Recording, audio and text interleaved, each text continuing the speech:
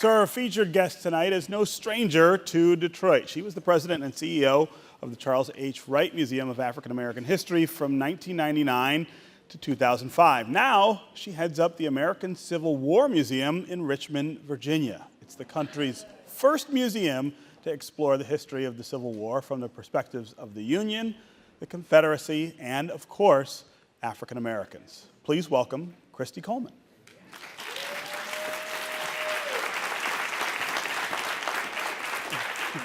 Hello. It's nice to see you. Thanks very much. So welcome back to Detroit. Welcome home, right? Thank you. It's been great seeing everybody. Yeah, the theme tonight is reunion, and you are at the center of that in some ways. Let's start by talking about the Civil War Museum, and as I said, this idea of telling that story from these different perspectives and trying to make sure that you are telling it from truthful perspectives, which I know is not always easy. Right. So, so when I left Detroit, I went home to Virginia, and this opportunity is what sent me home to Virginia because. Let me tell you something. If you grow up in Virginia, there is just a certain kind of thing there. And, you know, and depending on what part of the state you're in, it kind of depends on your experience. And so Central Virginia, Richmond, was, there's a phrase I use called the Confederati had in control of it for a long time. And so the idea that there was this new museum there that was exploring the Civil War from Union, Confederate, and African American perspectives, in my mind, was absolutely gutsy, especially in the former capital of the Confederacy. And so that was very appealing to me. And needless to say, when I came into that job, there was a lot of curiosity, right? A lot of curiosity. You know, black folk were like, "Wait a minute, hold up, wait, what?" Right? And then they're like, "But didn't she run to Charles Wright in Detroit? Wait a minute, what? Why is she messing with the Civil War, right?" And you know, and white folks who were more moderate were like, "Well, this could be interesting," right? And of course, the Confederati were losing their mind, right? They were like, "Oh my God, you know, she's gonna bash everything that has to do with the Confederacy, and she's gonna, you know, she's just gonna be like this black person." So, and I ended up kind of being all of those things. So, you know, some it's easier than others. Yeah, some easier, right? some definitely easier than others. But at the end of the day, it's about truth, right? And so, you know, there's such a deliberate attempt to remove African American agency during the course of the war from this false narrative of a unified South. Which always fascinates me. The people who secede actually have others who secede from them. You know, that's how we get West Virginia. You know, we get Jones County, Mississippi. We get all of these, you know, Unionists that are in the South. And subsequently, whites in the North who were just as much embracing white supremacy and slavery at the time, known as Copperheads. So the history has never been easy. And my contention in all of the work that I've done in this now 30-plus year career has been we can't get right with each other if we don't get the history right. And so that's sort of my thing. So, are we right with each other? Oh, of course not.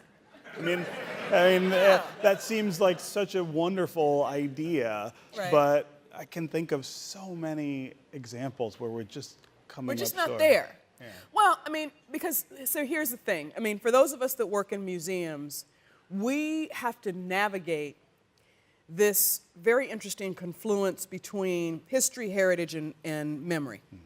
So the history is what actually happened. What does the historical record tell us? The heritage is what we have chosen to tell each other to get through it. And the problem is what we tell each other is often incorrect, and it is designed to provide a momentary comfort. You know, and I tell people, I give an example of, you know, how many of us grew up hearing George Washington could never tell a lie and had wooden teeth, right? Well, of course he could lie. He was a human being, right? And as far as the wooden teeth is concerned, it's far more complicated when you realize that they weren't wooden at all. They were either ivory or they were the teeth from enslaved people. Right. And that adds a whole different level of complexity to our understanding of the father of our country. Yeah. And so when you get to the American Civil War, it's even more complex. So no, we absolutely aren't right with each other. And even in our African American community, one of the things when I was working here at the Right, one of the things was navigating this idea that we had a unified black community. You know, I knew better than that. But I knew that each of the voices was important, and before we could do anything, before we could even create And Still We Rise, it was important for me to hear what the community needed. So again, this idea of history and heritage. What did Detroit need? And what I heard resoundingly was Detroit needed to see itself in its rightful place in a national narrative of black progress. So that's what we really worked hard to do with And Still We Rise. And then this third thing is about memory. And that's where there's personal connection to the past, right? And we all have those stories, whether it's the ancestor that we sat on the porch listening to things, whether it was the experience of seeing for the first time.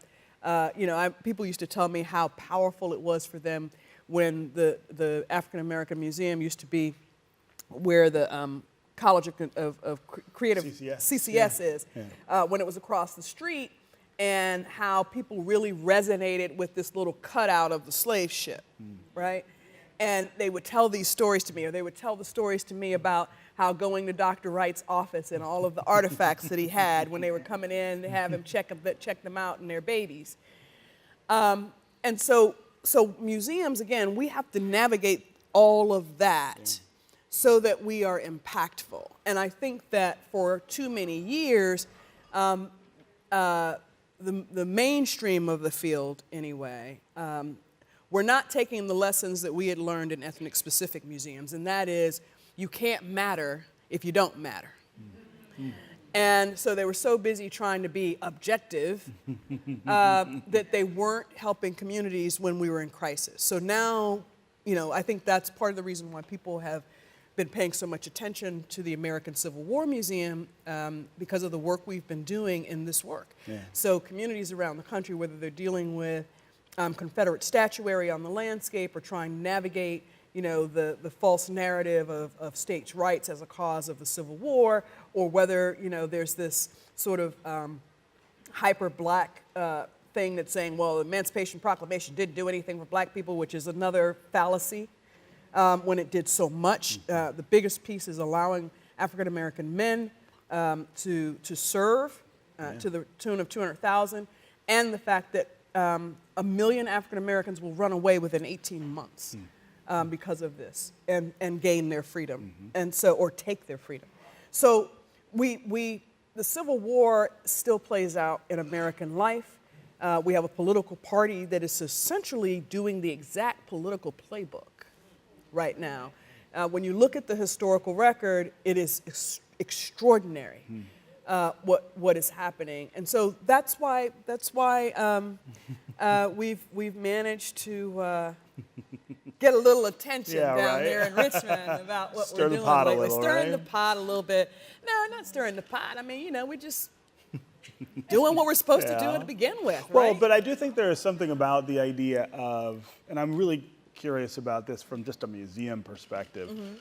So you're trying to tell a complex story at a time when most people are attracted to simplicity, and maybe more than at any recent time in American history, when people don't want to hear that there's nuance to that thing that they think is true. They don't want to hear that there might be another way to think about things. And you're at a museum where you're saying, no. You really do have to think about these things. You really have to understand all of these things behind it. I mean, in some ways, it's like you're caught in a time warp with the current culture. Right. I think, actually, it's not so much about simplicity. What I think is more harmful of what's happening right now is that we live in an age where people are self-curating their content. Yes. That's for the first time in a way that they never could before. The access and what they have. So they're doing this sort of confirmation bias. They're looking for things that are going to confirm what they want to think is what's going on. When if you have the discipline of the research and the study and sort of the expansiveness, you begin to realize that the nuance is inescapable.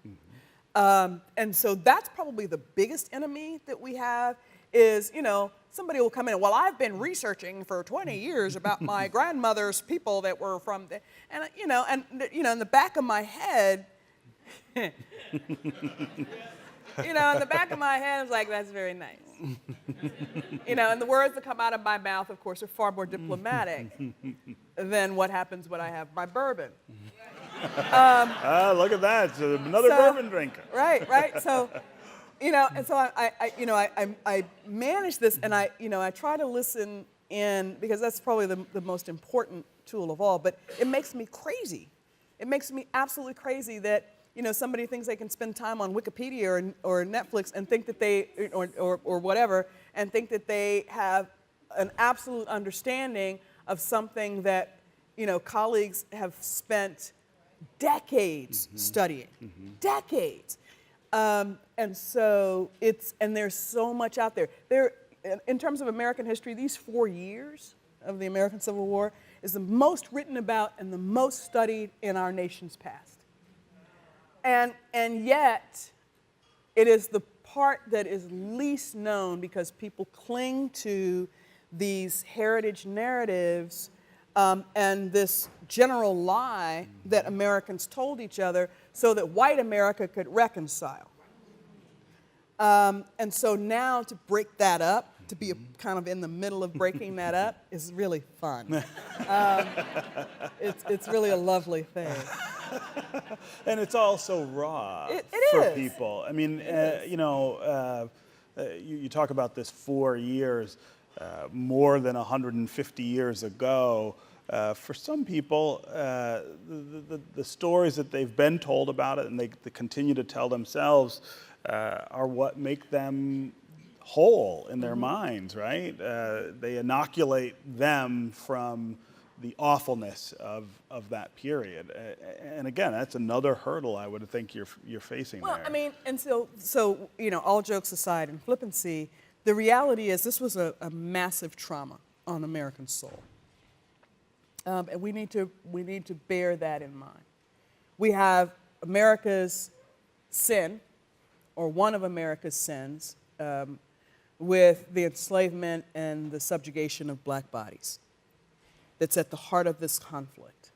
But we also have a period of profound trauma. So if you think of it as a trauma, then you have to go through stages of grief.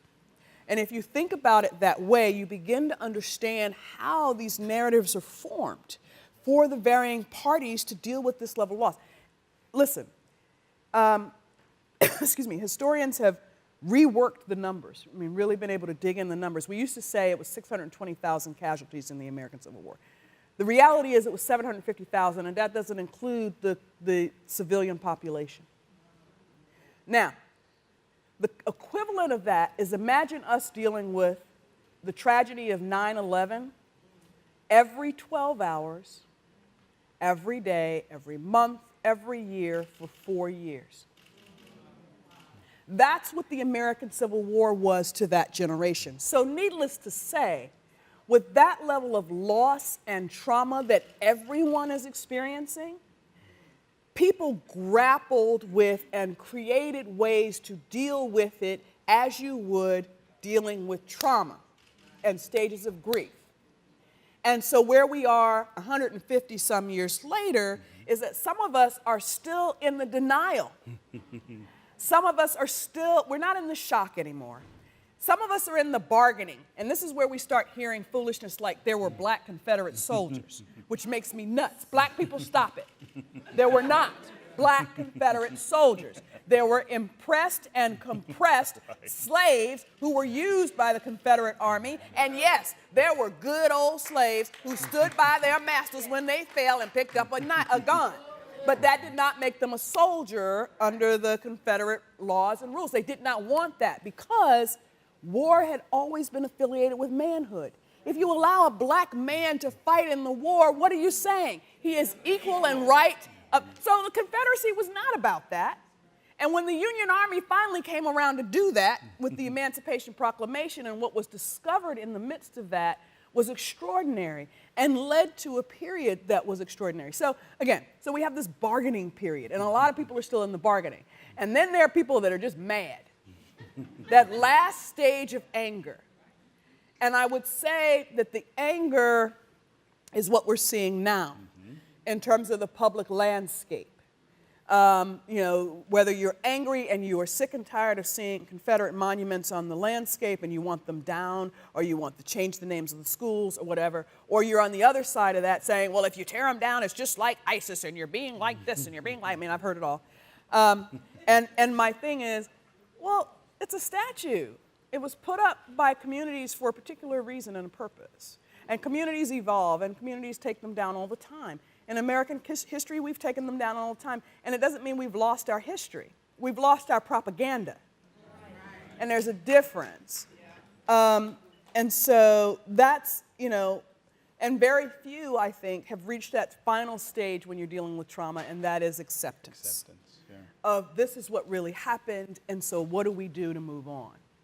So, again, 150 years later, after that level of trauma, a trauma that, quite frankly, is generational. We have it in our DNA and our bones. So if you want to know why we have the kinds of issues that we do, it's because the level of trauma, whether it was enslavement or whether it was war and death and destruction at that scale, has really been imprinted on us. It's really been imprinted. But of course, black people should just get over it. Oh, of course. Get over it. Right? Move on, right? Move on. Get over it. So I wonder if you can talk about quickly some of the artifacts that you have in this museum, which are remarkable, first of all, for just the fact that they still exist and are on display and people can interact with them. But I wonder if you can talk about the power of those artifacts when people see them. Sure. So for those of you that don't know, the American Civil War Museum is actually the merger of two museums. We did this in 2013. I had gone to Richmond to work at the American Civil War Center at Historic Tredegar, and in 2013 helped orchestrate a merger with the Museum of the Confederacy. And to be clear, it was a museum about the Confederacy, not for it.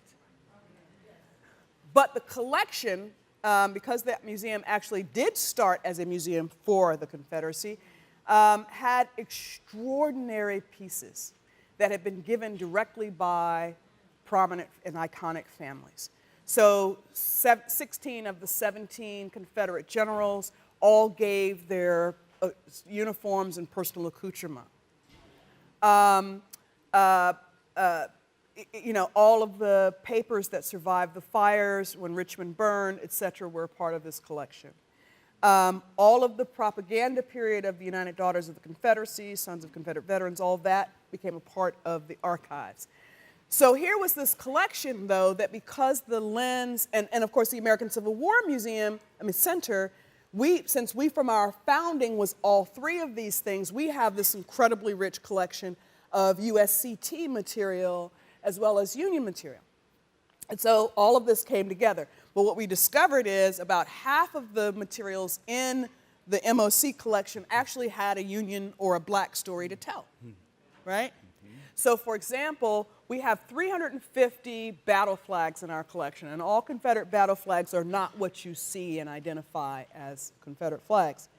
And about 100, 150 of them had actually come into the collection in 1905 from the United States government because the government didn't know what to do with captured flags, which meant United States forces had captured these flags from the Confederates. As we did more work when we became the American Civil War Museum, as we did more work on this, we discovered that many of them had been captured by United States colored troops.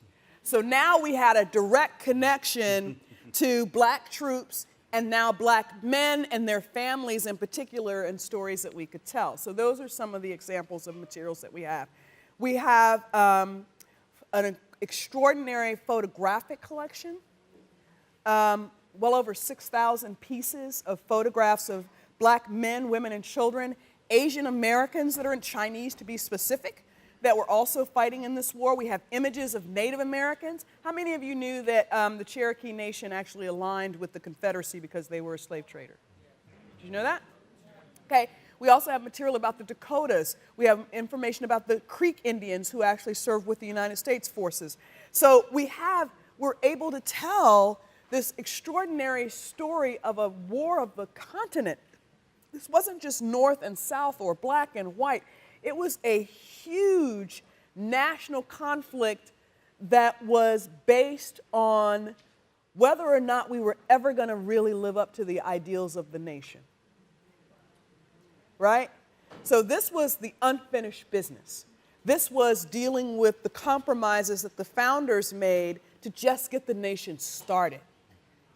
They knew that this regional conflict was going to come to a head. They just hoped that it wouldn't come to war. And so our collections reflect these stories and so much more. And our goal with all of this is not just to teach people that about the Civil War, but the reality of how much this war really impacts our lives today. Quite frankly, the money in your pocket is a reflection of the American Civil War. We didn't have a United States government currency, the greenback. The United States government, for the first time in the American Civil War, decides to go off the gold standard to finance the war. And they establish a par value for it. And they start paying people. And it was so successful because state banks, they were kind of crooked, right? But they decide that this money, when the war is over, the United States is like, okay, give us your money back. And Americans, north, south, west, everywhere, said, no, this is actually kind of cool. And that's why we have a currency that says for all debts, public and private. This was a direct Civil War thing. Our triage and medical practices, because we had never seen that scale of death before.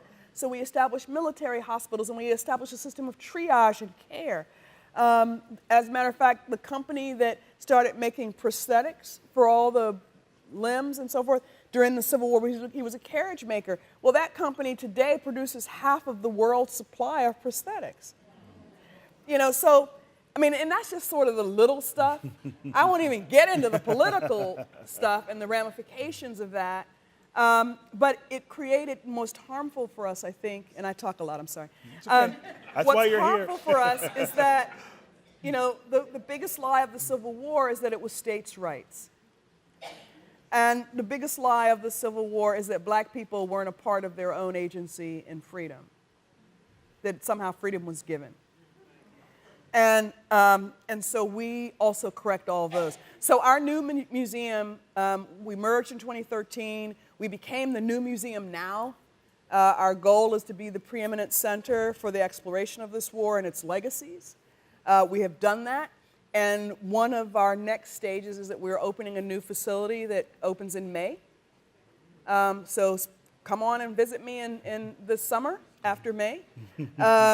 Because it's profound, and I have been blessed to work at some pretty remarkable institutions. The Charles Wright certainly was a training ground, beyond training ground, in terms of the things that I learned here and the extraordinary community and people that I met that are still very much a part of my life. A few of them actually in this audience today, to help put me where I am. So that's where I think the Creator has an extraordinary sense of humor, that I'm in this space now. Yeah. Yeah. Okay, Christy Coleman, thanks so much for being here.